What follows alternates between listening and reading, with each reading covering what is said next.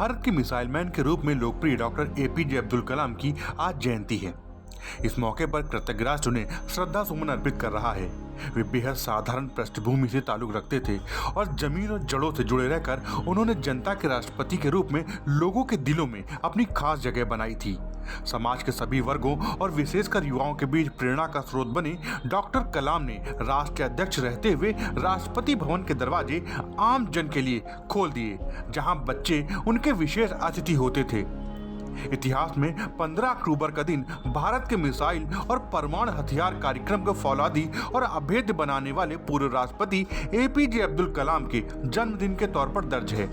बेहद सहज और सरल व्यक्तित्व वाले मृदुभाषी कलाम की रहनुमाई में रक्षा अनुसंधान और विकास संगठन ने सबसे घातक और मारक हथियार प्रणालियों का देश में ही विकास किया। डॉक्टर एपीजे अब्दुल कलाम की जयंती को दुनिया में वर्ल्ड स्टूडेंट के नाम से भी जाना जाता है। 15 अक्टूबर 1931 को जन्मे कलाम देश के युवाओं को देश की सच्ची पूंजी मानते थे और बच्चों को हमेशा बड़े सपने देखने के लिए प्रेरित करते थे।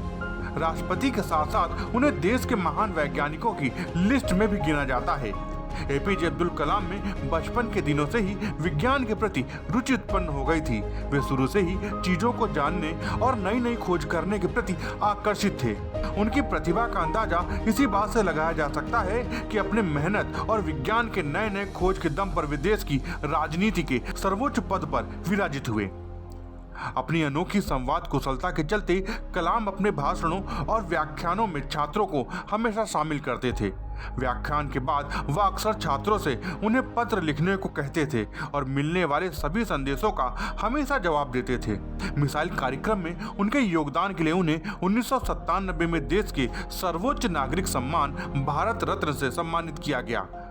उन्हें 1981 में पद्म भूषण और 1990 में पद्म विभूषण प्रदान किया गया।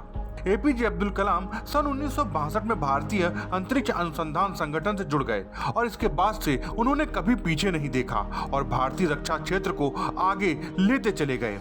इसके बाद डॉक्टर अब्दुल कलाम को प्रोजेक्ट डायरेक्टर के रूप में भारत का पहला स्वदेशी उपग्रह SLV तृतीय प्रक्षेपास्त्र का श्रेय हासिल है।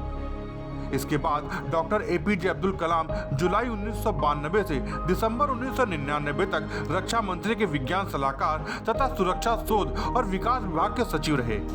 डॉक्टर कलाम भारत के 11वें राष्ट्रपति रहे।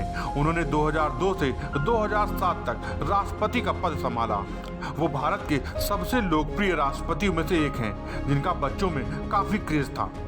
डॉक्टर कलाम का सपना पायलट बनने का था, लेकिन वो पूरा नहीं हो सका, इसलिए वो वैज्ञानिक बने और देश के मिसाइल मैन के तौर पर मशहूर हुए।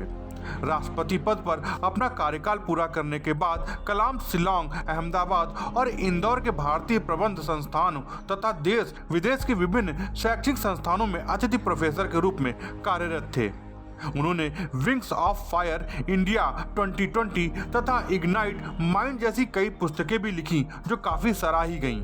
कलाम के पिता के पास कई नौकाएं थीं जिन्हें वह स्थानीय मछुआरों को किराए पर देते थे, लेकिन उन्होंने अपना खुद का करियर समाचार विक्रेता के रूप में शुरू किया था।